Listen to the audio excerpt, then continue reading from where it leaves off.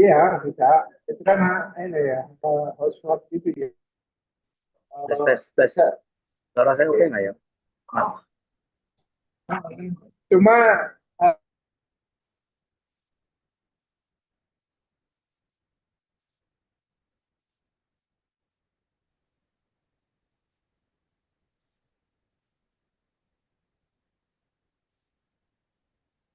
Oke, peserta diizinkan masuk.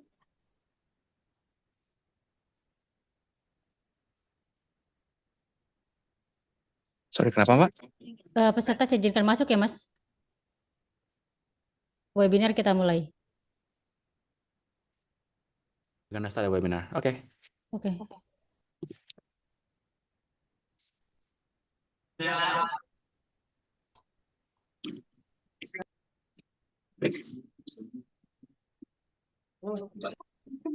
Baik, Assalamualaikum warahmatullahi wabarakatuh.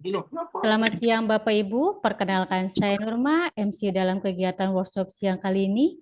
Terima kasih atas kehadirannya dalam workshop siang kali ini yang akan membahas mengenai mitigator setting up standard for layer protection against DDoS attack. Jika ada pertanyaan, dapat disampaikan dalam kolom chat dan nanti akan kita bahas dalam sesi Q&A. Dapatkan door prize berupa voucher OPPO senilai Rp100.000 untuk 3 orang terpilih. Workshop ini didukung oleh Aptiknas, Asosiasi Pengusaha Teknologi Informasi dan Komunikasi Nasional, Event Cerdas, Komunitas Pembelajaran sejak tahun 2020, dan 521 Talenta, platform studi mandiri dan magang bersertifikat. Di sini saya akan memperkenalkan narasumber kita dari Mitigator. Yang pertama ada Yuri, Mr. Yuri Mikhailov selaku Marketing Director for Mitigator. Good afternoon, Mr. Yang kedua ada Miss Ekaterina Murga selaku Vice President dari PT Peterstone Technology Solutions. Good afternoon. Dan yang terakhir ada Pak Reza G. Avicenna selaku Technical Pre-Sales Manager dari PT Peterstone Technology Solusi. Untuk moderator kita dalam kegiatan workshop kali ini akan dimoderatori oleh Bapak Pangki Christian selaku Sekjen Aptiknas selaku founder dari komunitas Event Cerdas 521 Talenta.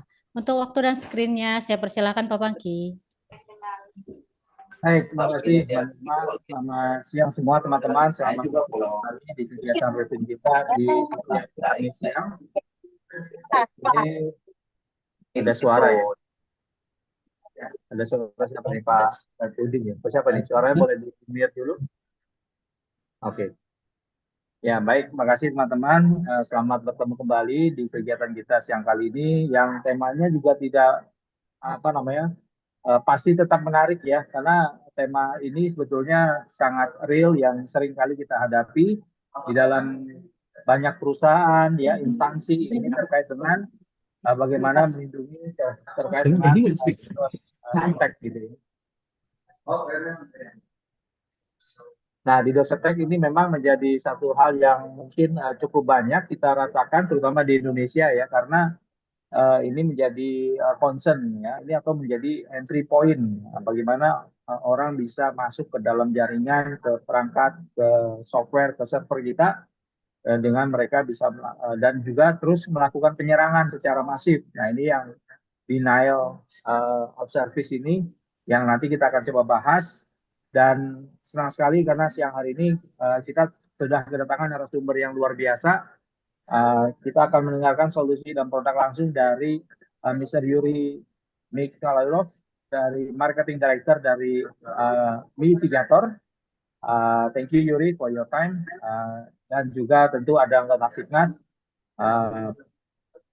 Ibu Ekaterina Murga. Thank you Ekaterina.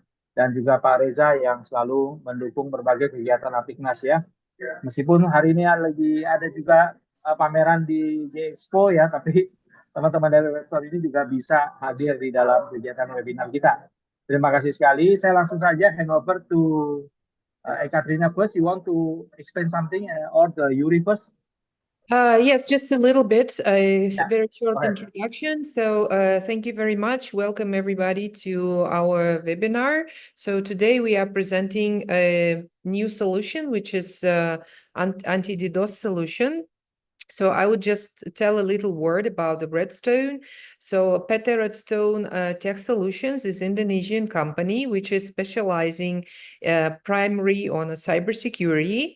And our key goal is to enhance the resilience of the companies in Indonesia and to protect them better, proposing very good and proven solutions, and also proposing some of the solutions that are not provided by the global corporations, so to enhance the technological independence from the global corporations as well. And following this mission, I would say today we are glad to present you the anti-DDoS product vendor, Mitigator. And we are actually the partners of this vendor on the Indonesian market. So in case someone would be interested in it, please, you are very welcome and you can contact us locally. So thank you very much. And now I give a word to Yuri Mikhailov to present the company, the product, and let's start our webinar. And thank you very much for welcoming us here, Aptiknas.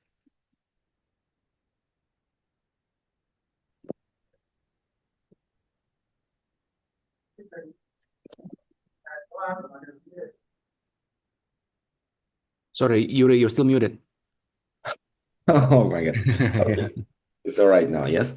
Hello, everyone. My name is Yuri, and I'm really happy to be here today with all of you and to be able to present our solution to the Indonesian market.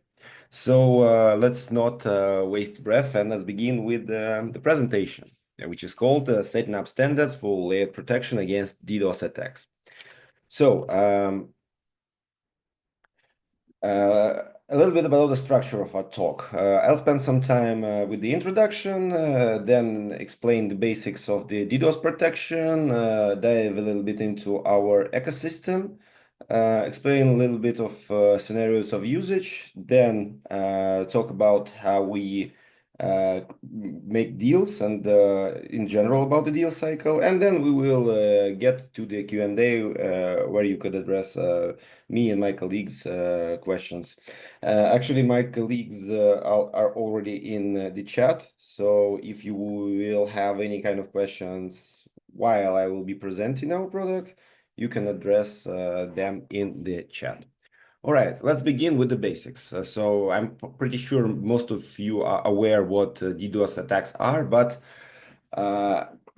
in general, they are the distributed denial of service attacks, which are basically aiming to exhaust almost everything on the victim side, from internet bandwidth capacity to the web server, business logic, and most importantly, sometimes we joke about attacks and call them what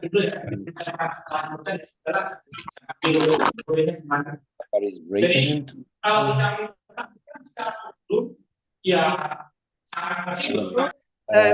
Who's not speaking, I would really urge you to mute your microphone, please. please. Okay.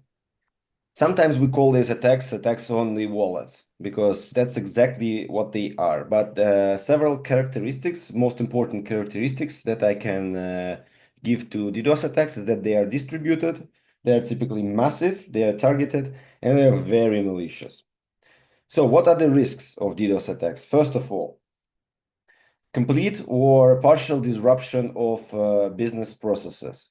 Your website, your service, your application stop working, and general public cannot access them. Secondly, additional technical expenditures. So when the application is in downtime, your ERT team has to run around, you have to find some solutions to fix the problem, and it brings even more expenses, technical expenses. Obviously, reputational losses. So your service becomes compromised, people who use it do not trust it anymore. And the more sinister part is that sometimes DDoS attacks are performed to cover other cybercrimes, such as data theft, maybe some break-ins, and even sometimes DDoS attacks are used to blackmail the owner of a service. So they would send you a notification that if you want to stop an attack, you have to pay, and you pay, but in general, the attack never stops. So the biggest targets are usually telecom companies, governmental organizations, large financial companies. So in general, huge enterprise. But also we protect, for example, gaming companies and hostings, because DDoS attacks in this area are really huge, even bigger than a bigger enterprise. But in fact, everybody could be a target if there is a perpetrator who is interested in that. So even a small business is never secured from DDoS attacks. And this is why they usually use services. But our product is on-prem, and we'll talk about it a bit later. So a little bit about the events which happened before in the past. So in Indonesia, maybe you've noticed that during the election days, the general election websites were down because there were massive DDoS attacks on them, which could be probably prevented if there would have some kind of on-prem protection software. So recently on April 7 to 8, Tampa News site was also under several attacks, which were coming in several waves, which led to downtime of the content and the editorial systems. And it took some time to recover from that. Couple of interesting events of Russia, especially recent ones. So there is a provider called Lovit. It's the home internet provider, which basically serves multiple domiciles.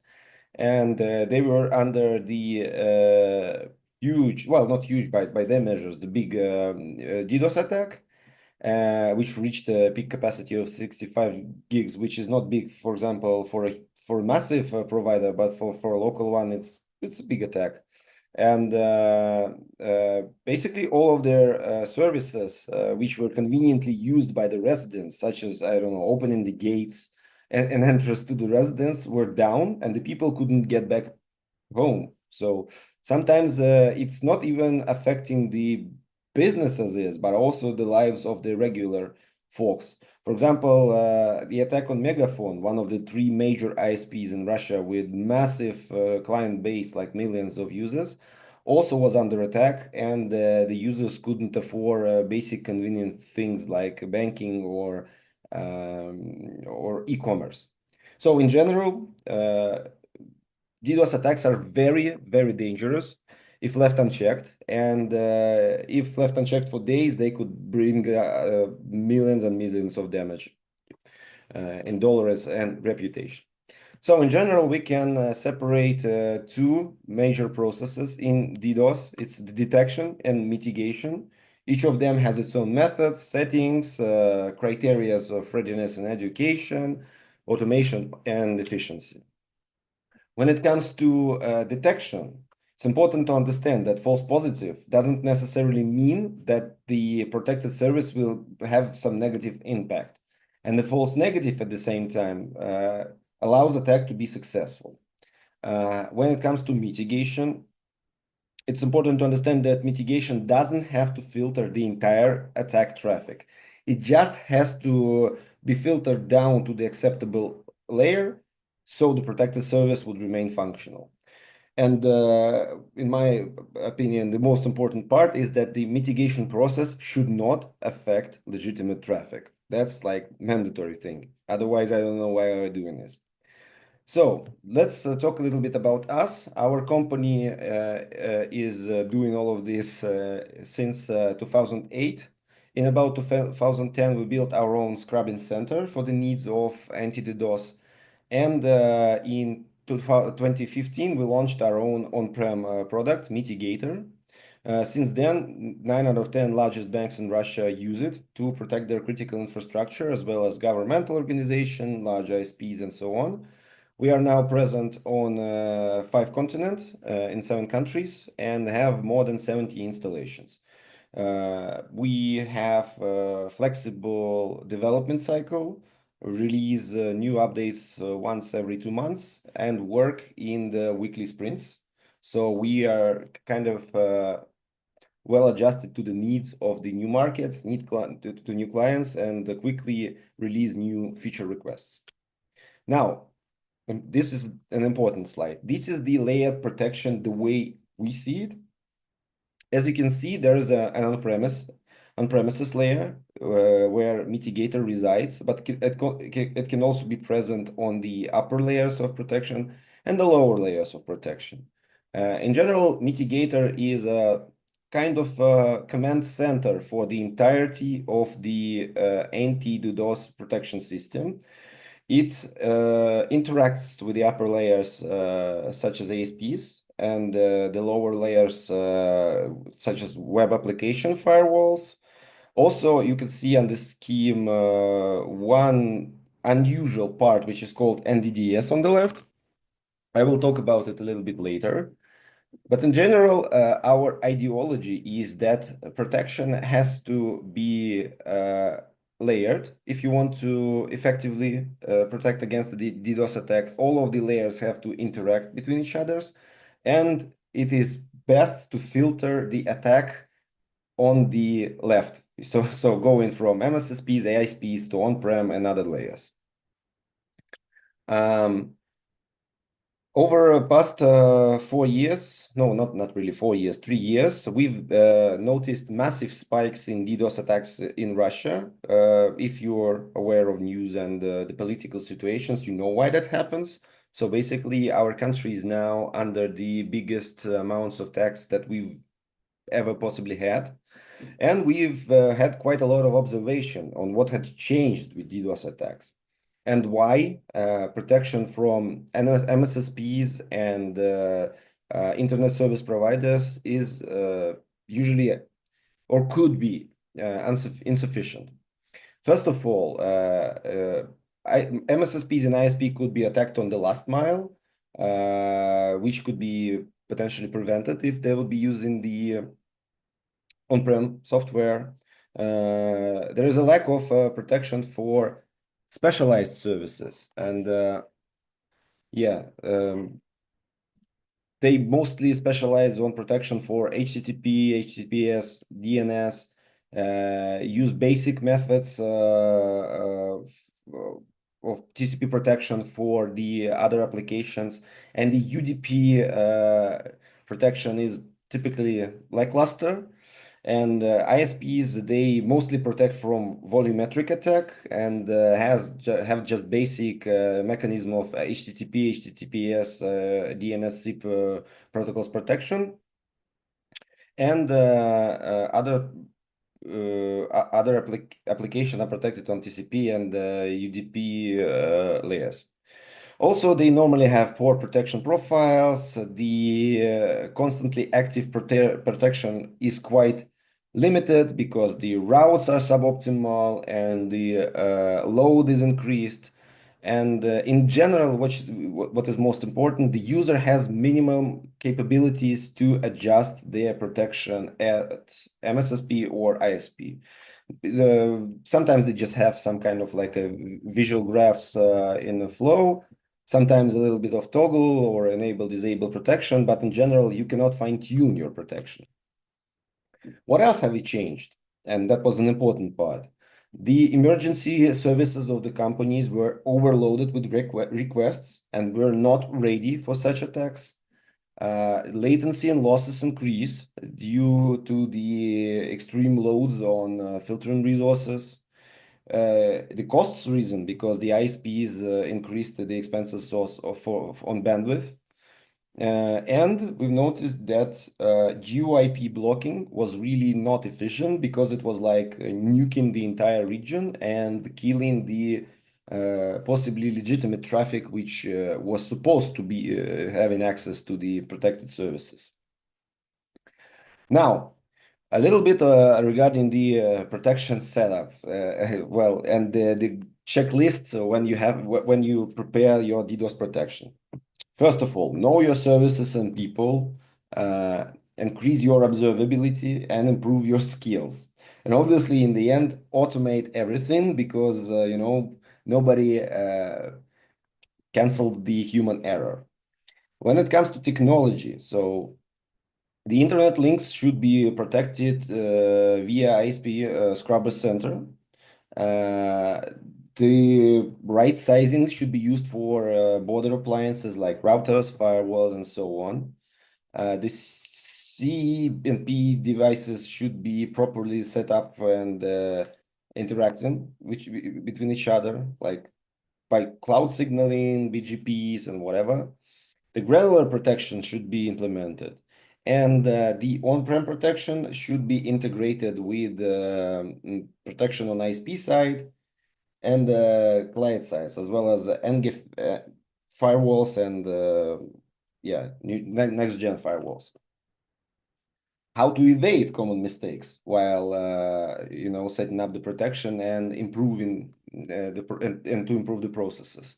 First of all, and that's very important thing, you should build relations with owners of protected services. You should know the numbers of the ISPs and MSSPs up to the administrator in the server room. That is mandatory. When stuff goes down, know who to call. You should perform periodic testing, but everybody knows that, like pen testing, training attacks should be executed regularly, so you would understand the capabilities of your network and where do you have these weak spots. The protection should be configured iteratively, step by step, and granular security settings should be set up for every service. Probably one of the most important points is that the protection should be built not considering the attack traffic, but considering the productive traffic. So you need to understand your traffic, your packets, your IPs, your clients, and knowing them, you should build the protection. And also, obviously, you should collect the artifacts, perform analysis of said artifacts, and constantly maintain network inventory and update it when possible. Now, regarding the on-prem protection, which is basically our solution, what makes it different from ISP and MSSP protection? First of all, it's sovereign and completely independent, and the user can control every aspect of the protection. Set up and customize it the way he deems fit. Set up the graphs and all of the reports the way it's more convenient. So basically, it's completely adjustable by the user. The traffic is flexibly distributed by 5-tuple, and granular protection is possible, as well as the rapid attack detection and the automatic countermeasure activation. So in general, our solution protects against attacks at layer 3 to level 7 for both TCP and UDP protocols. It also supports TCP protection for traffic symmetry, as well as TLS encrypted traffic protection. We have protection for specific applications. For example, we have plenty of games, and we've written specific countermeasures for these games. Well-known games like from Steam, from like GTA and other kinds of things. And we also have extensive capability of web server log analysis. So this is the ecosystem that we have at the moment. It revolves around Mitigator in its center, but we've also created several additional modules to create perfectly customizable DDoS protection, and also to have access to all kinds of information via the log analyzer, via the collector, via dump analysis, and so on. At the moment, our product has more than 50 countermeasures for every case, starting from basic ones, allowing you to add users to the blacklists, temporary blacklists, to more specialized things and proprietary countermeasures which competitors do not have.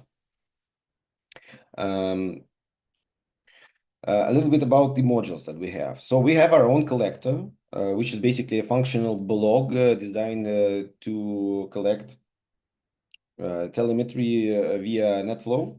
It is specifically important for ISP case, where ISP uses Mitigator to create their own protection service.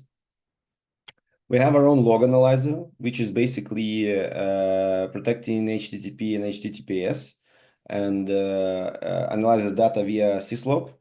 So yeah, that's a neat little thing as well. We have our own complex web challenger designed to authenticate senders by the challenge response method inside the HTTPS. Pretty important thing, actually. We have our own feeds, which we created over the years of gathering data on perpetrators and DDoS. So basically, it's the lists of autonomous systems and GA3 fingerprints all over the planet. And using these feeds allows to successfully block the entire autonomous systems of I don't know, like maybe like botnets or Internet of Things infected devices, for instance.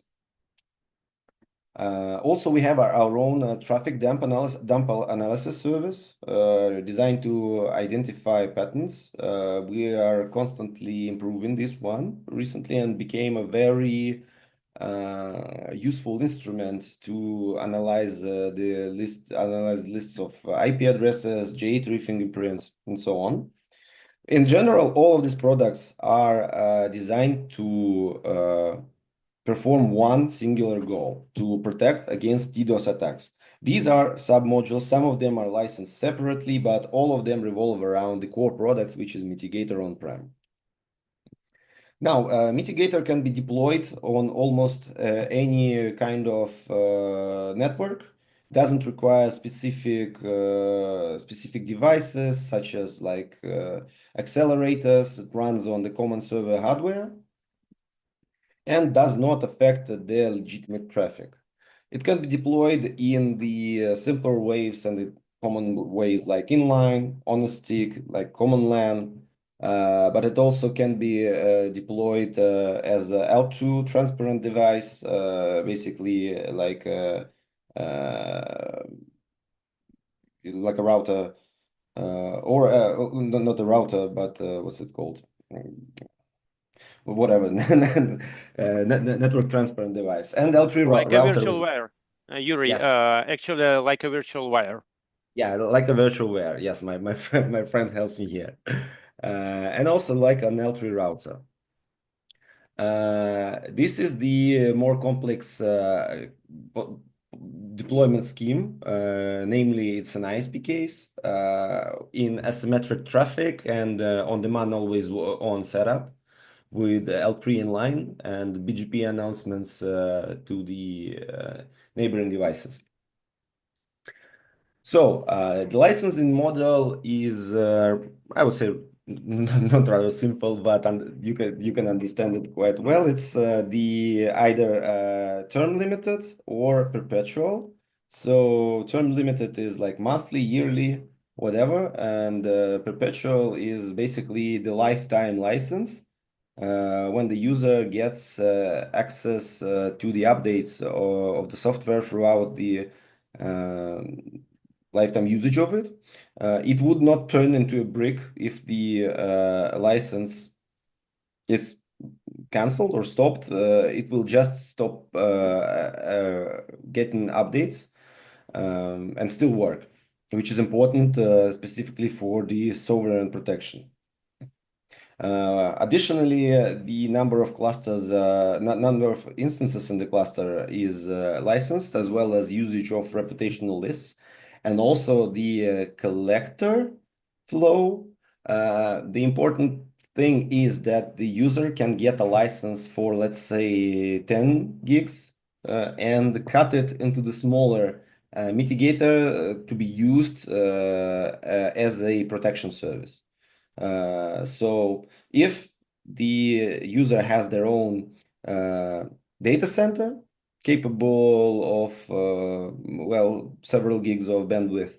They could create their own service and sell it to the side users.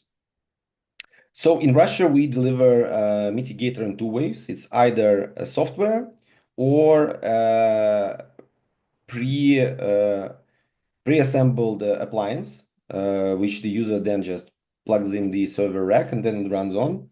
Globally, we normally don't do it because of the logistics, but maybe in case if the interest of our solution in Indonesia is, well, is quite big, we could also maybe think about doing the appliances there as well.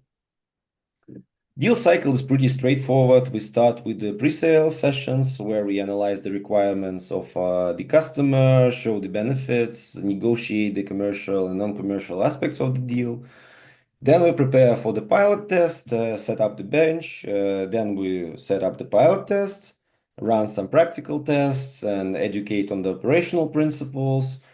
Then we prepare for the deployment, study the peculiarities of the client's networks, set up the initial protection, deploy the product itself, and then we deploy the product on the client services. And from that point on, the client manages Mitigator on their own. And the only way we are involved in the process from that point is we provide the updates, and we also provide the first level support if there are some feature requests or something like that.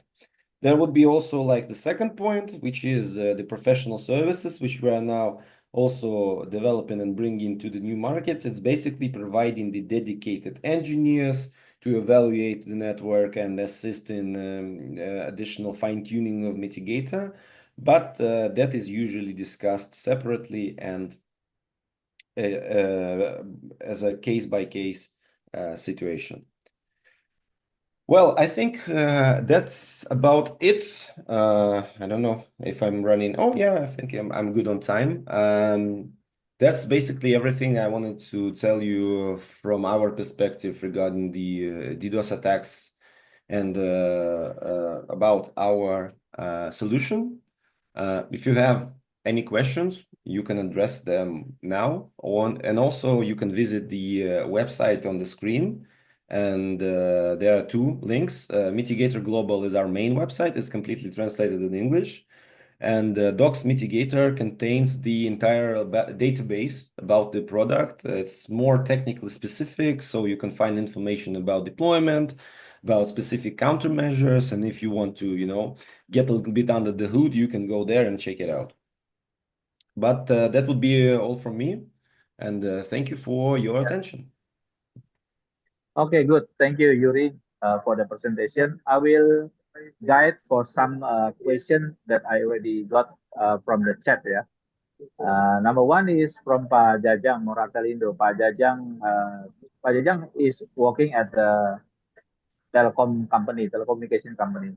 So the question is, what if the telecommunication company attacked, by the DDoS, but the company already have the certification like the ISO 27001. So do you think this is should be? I mean, because they already certified, so DDoS affected on that certified or not? What do you think, Yuri? Антон, ты понял? Yeah, I think. So the question maybe- is that if the company has the ISO certification, which is the cybersecurity ISO certification 27001, yeah. So does it mean that the company is already protected from the DDoS attacks, or this company Pafanki, just clarifying the question, yeah, or despite this company has the certificate, it still can be the target for attack, right? That's the question, yeah. Well, short answer, yes, it still can be attacked. Unless you have properly set up on-prem you never 100%, well, not just the on-prem, but properly set up layered defense, you're never under the complete protection. By the way, I actually forgot to also explain one thing, and I wanted to get back to it, is that here, just a moment, I'll find that. Yeah, here. So as you can see, the ISP is located here, and it is possible that there would be the attack that is coming from the border routers. And here on this scheme, we have some kind of innovation, which is only, I think, at the moment accessible in Russia. And maybe somebody in Indonesia, especially some large ISP, would like to build that one. It's called National DDoS Protection System.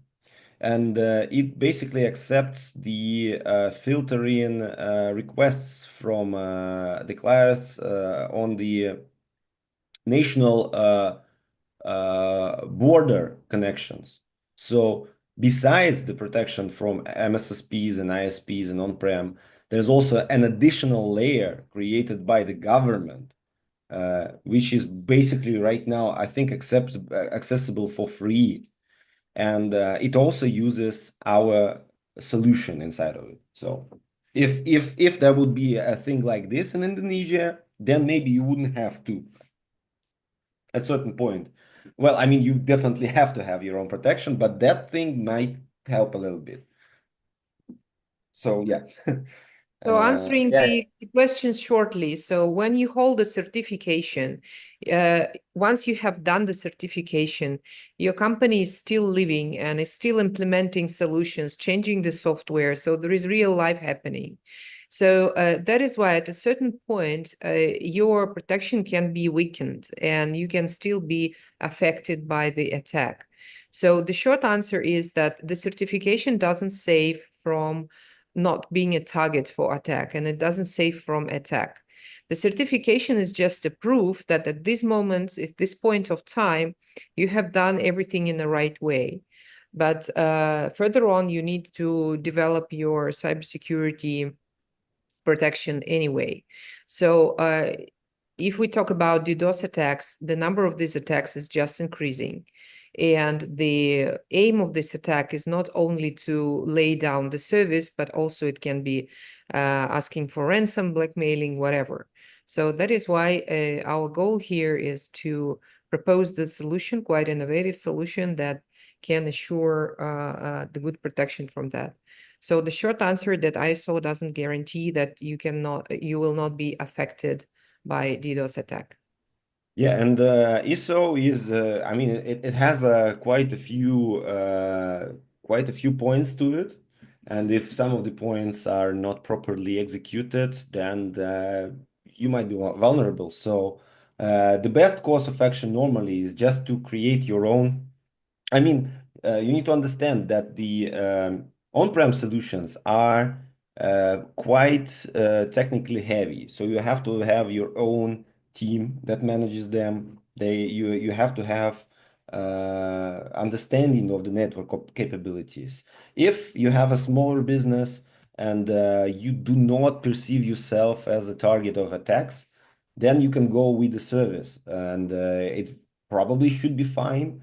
But when it comes to larger businesses like ISPs, banks, and whatever, you need to control your protection. That's mandatory. Otherwise, you basically otherwise somebody else will control it. Yeah. Thank you, Yuri and Ekaterina. I think we also agree that even you have the certification is not. You need to also prepare for the DDoS because it's not affected by the certification. Okay, let's go for the second question from Dafa Ramadan. So, given a hybrid network environment, both on-prem and multi-cloud infrastructure, how would you design automated DDoS mitigation strategy that it not only identifies volumetric attacks in real time, but also dynamically reroutes legitimate traffic through a scribing center without introducing significant latency of false positive? Yeah, I think this is a challenge now, Yuri, because we work on the hybrid environment now. So how do you think design to automate the DDoS mitigation strategy?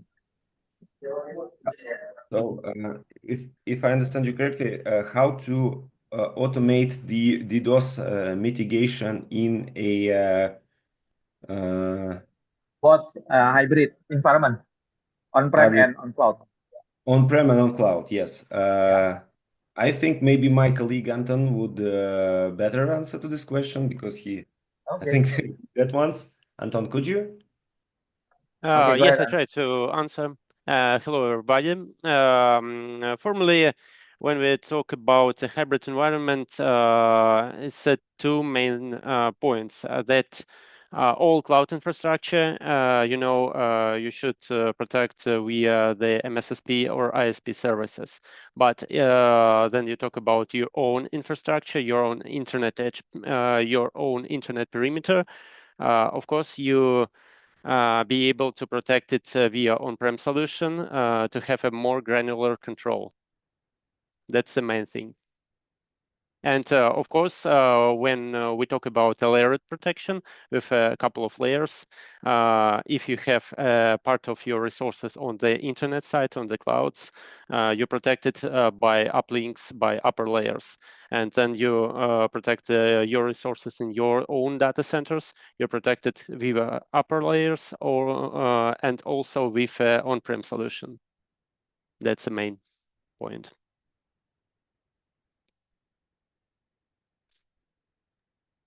Okay, thank you, I Anton. answer? Yeah.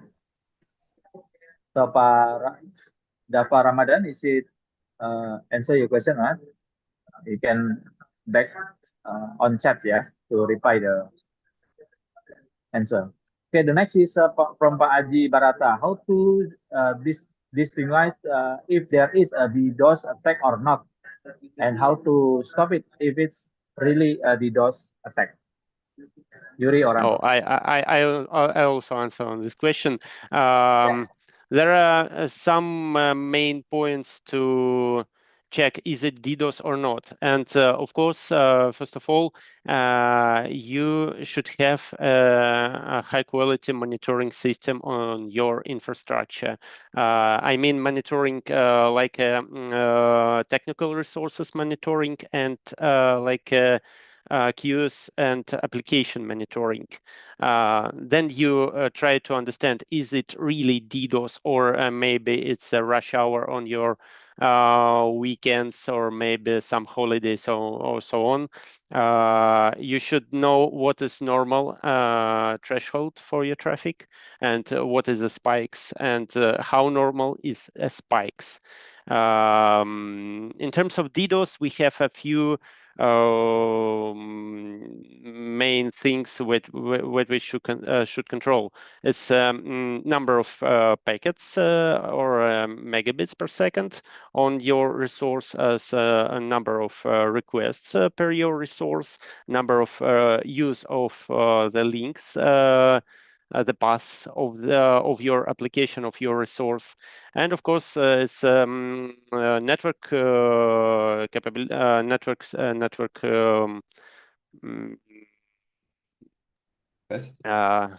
Yes, like a ports, like port utilization, like a routing, like a number of BGP routes, and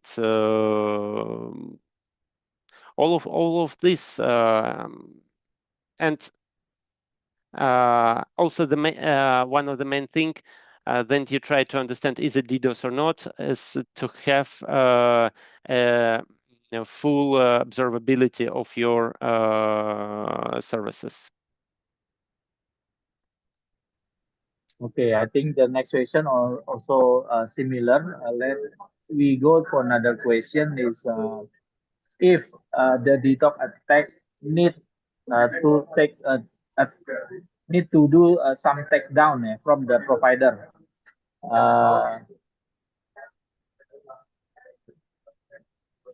Do you think that it's not clear for me? Sorry, Anton. Do you think Yuri, Anton? Do you think that if the provider get attacked from the DDoS, do do you think they need to do some takedown? Yeah, that's the point of the question. And if they change the IP, is it will solve the problem or not? Okay. As I understand, we have a few techniques on the provider side to protect against DDoS. When you talk about DNS redirection, then the actual IP address of the protected resource is clouded by the scrubbing center of the internet provider. In this case, you have two problems. First of all, you have a gap for the DNS redirection, and the second one is that you have had to have a attack directed to a real IP of your resource. And in this case, all the protection is not capable to protect on the provider side. And the second method is BGP redirection. And in this case, you also may have outage for the couple of minutes. Then the BGP redirects traffic to the scrubbing center, and from the scrubbing center to your protected resource. This 2 points is one of the things to you to use on-prem solution.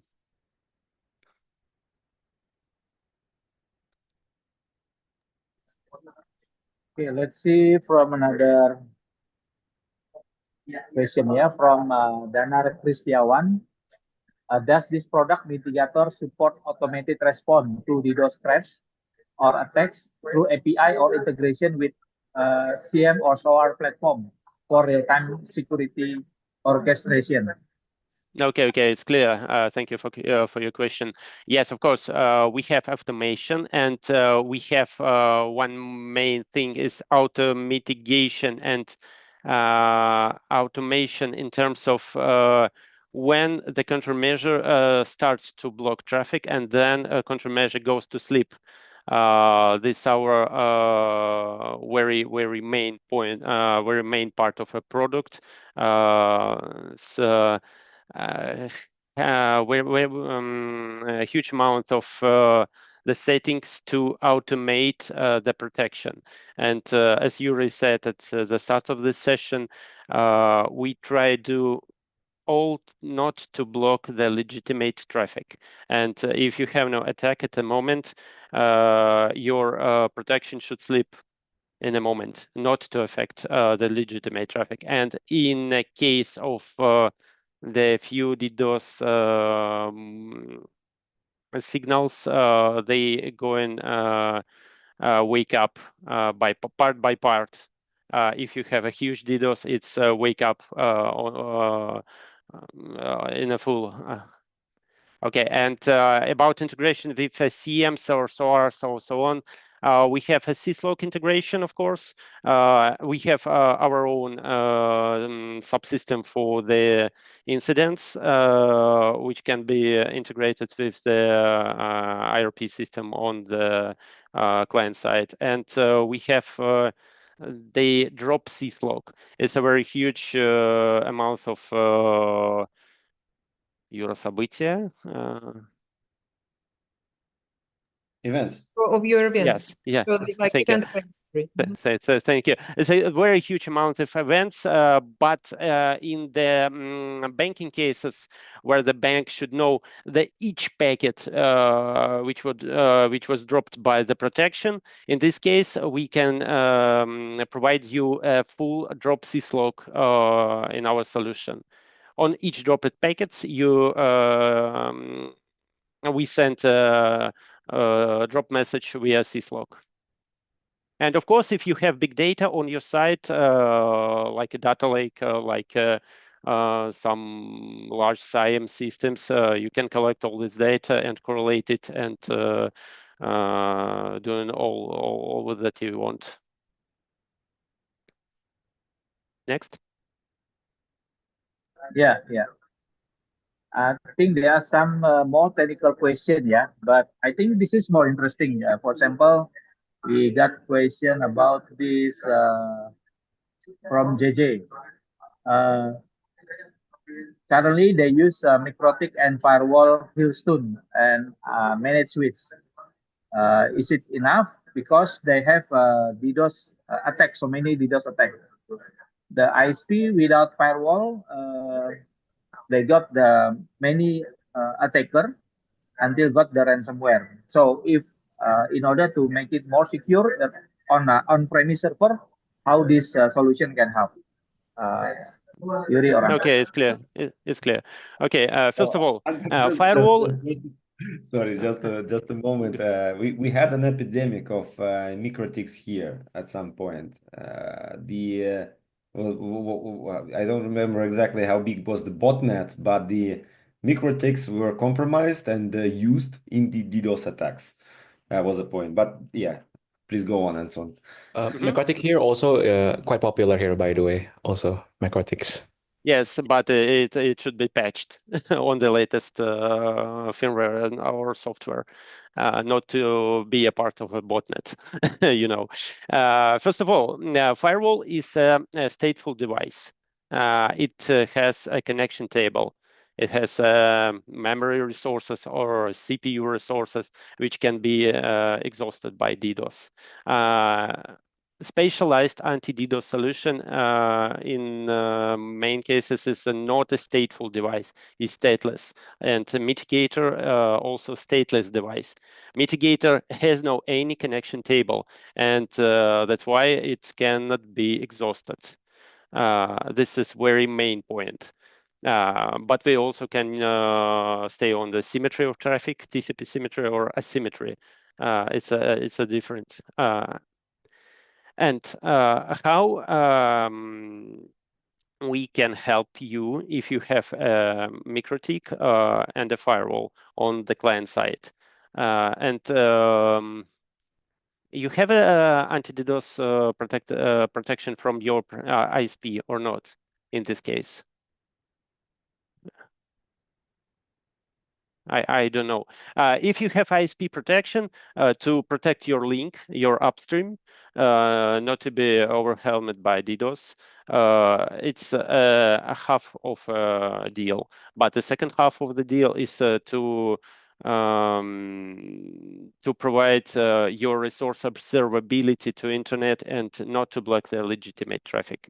And in this case, on-prem solution on your network edge can operate with your provider, maybe by BGP flow spec filters, because in the many ways provider does not see the issue of a DDoS.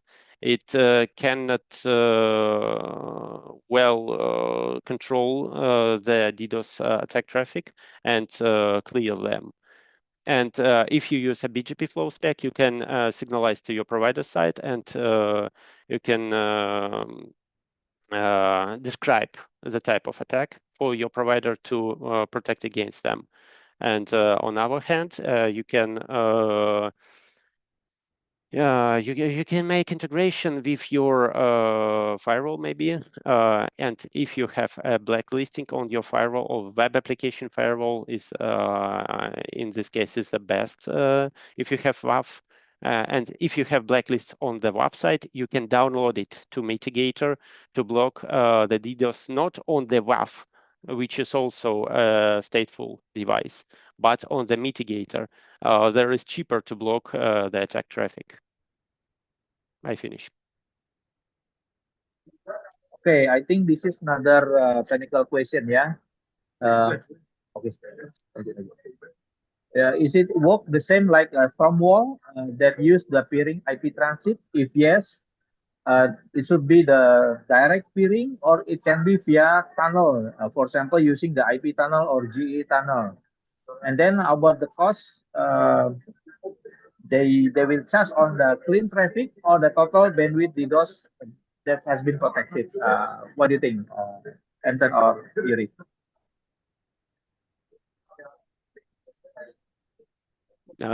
It's not fully clear for me. Maybe you repeat the question. So how you do the mitigation? I mean, you're using the peering IP transit or not? in case you have mitigator on the ISP side, this is also our case in Russia. We have more than 6 or 7 internet providers which use our solution to protect against DDoS for their clients. In this case, you can use regular IP transit to your provider side, and the cleared traffic after the clearing in a scrubbing center, you can redirect to your origin network via GRE tunnel. Yeah. Or maybe in Okay, good. regular, in both cases, in a regular IP transit by routing or in a GRE tunnel. We support the both of them. Okay. Okay, I think this is the last one, yeah. Wait. Currently, we are using the cloud hosting, their protection etc. in the cloud hosting. How the mitigator works with this environment? The cloud hosting, I think Indonesia mostly they use the cloud hosting, yeah. It's not clear for me. Yuri, are you Cloud understand? hosting in Indonesia, a lot of companies use cloud hosting. So in this Okay. case, can mitigator help against DDoS attacks? Cloud hosting is not a direct case for us. But if you're hosting provider, you can use mitigator on your site, of course. But if you're a client of the cloud hosting and you have a VPS on cloud hosting or other source, it is not a good way to redirect your attack traffic to the mitigator on your maybe data center on your on-prem echelon, and after the scrubbing, get back traffic to cloud. It's a crazy scam, I think. Of course, if you are a hosting provider, cloud hosting provider, and if you want to protect against DDoS, you can implement mitigator on your infrastructure. But in terms of a client, it's not a good way to go from cloud to on-prem and then back from on-prem to cloud. It's crazy way. Yeah. Okay, I think that's conclude all our Q&A session. Thank you, Yuri and Anton. I will, Nurma, are you here? Thank you, Pak Funky. I would just like maybe Go ahead. ask Yuri and Anton to emphasize once again, just ending our session, what are the key advantages of mitigator product, and who is your who is the best client to use mitigator? So we already understood that if the company is using cloud-based hosting, then probably mitigator is not the product for this company. Yeah. So a little bit the client profile, key advantages, and if you might say a couple of words, how different you are from existing solutions, just to understand the positioning, where you are better than existing famous solutions, would be a good thing to know as well. Just briefly. Okay, couple from me and a couple from Anton in that case, all right? First of all, on-prem solutions are sovereign and independent. So in the end, you can control them, unlike any other, for example, cloud solutions, right? So you have full access to the interface, you have full access to the control, to the logging, which is pretty big deal, especially if you are a big enterprise. It is flexible. We are very quickly implementing new feature requests from our customers. We listen to them. We rapidly interact via every single possible known to humanity ways of communication. And I would say the important thing from my perspective is that DDoS attacks are really, really cheap to organize. and it's much more complicated to protect against them. So in that case, you need to understand the demands of your business and choose the solution according to these demands. And in our case, well, not perfect clients, but the customers we aim to are large banks, governmental organizations, internet service providers, managed security service providers, big hostings, and gamings. Now, and the probably last of the advantages that we have when it comes to competitors is that we are new to the markets. So we are willing to compete. And in that case, for the partners, for the ISPs, we are willing to offer a very compelling price, like which none of our competitors from States or Israel can provide. That's from me. Anton, couple of words. Yes, I said something.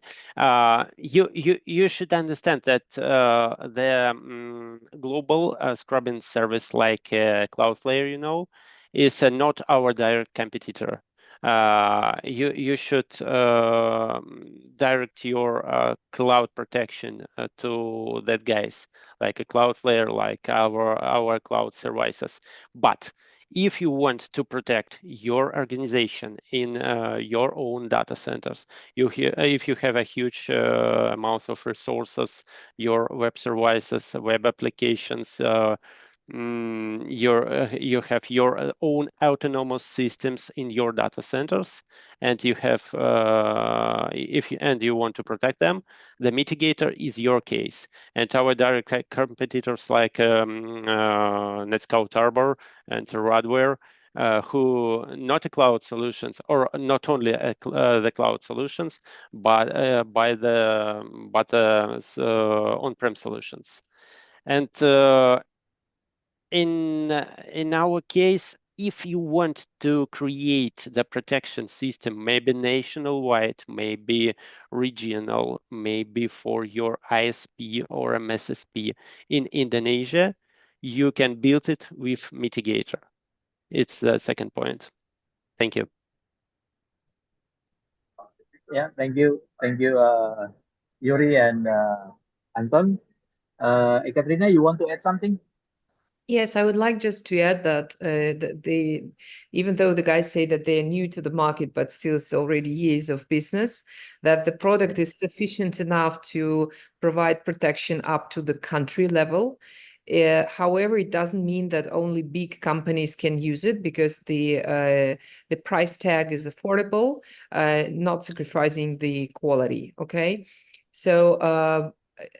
And I do urge you to try to try something new, not only global solutions, and see the benefit and see the difference. Yeah. And thank you very much all for your questions and for your attention. And I hope that in future we will deliver more interesting contents to you and more interesting products to your attention. Yeah. Okay, thank you, Ekaterina. Thank you, Yuri. Thank you, Anton. I think we take a picture together. Norma, monitor.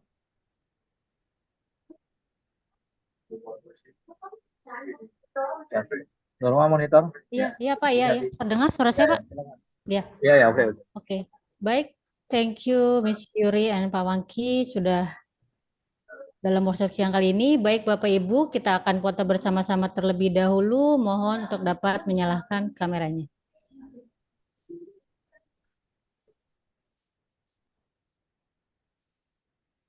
Oke, silakan menyalakan kameranya. Baik, saya hitung sampai 3. 1, 2, 3. Sebentar.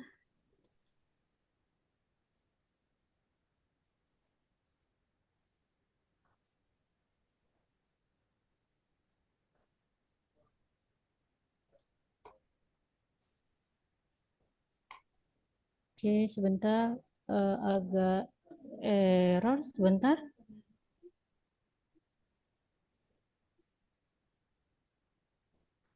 Oke, yang kedua.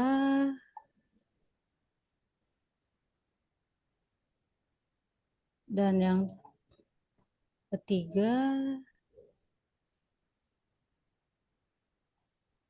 dan terakhir.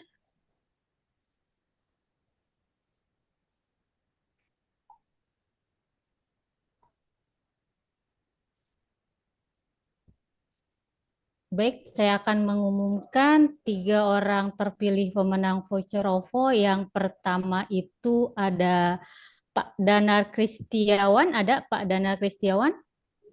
Ada, Mbak. Selamat ya Pak Danar. Dan yang Terima kedua, kasih.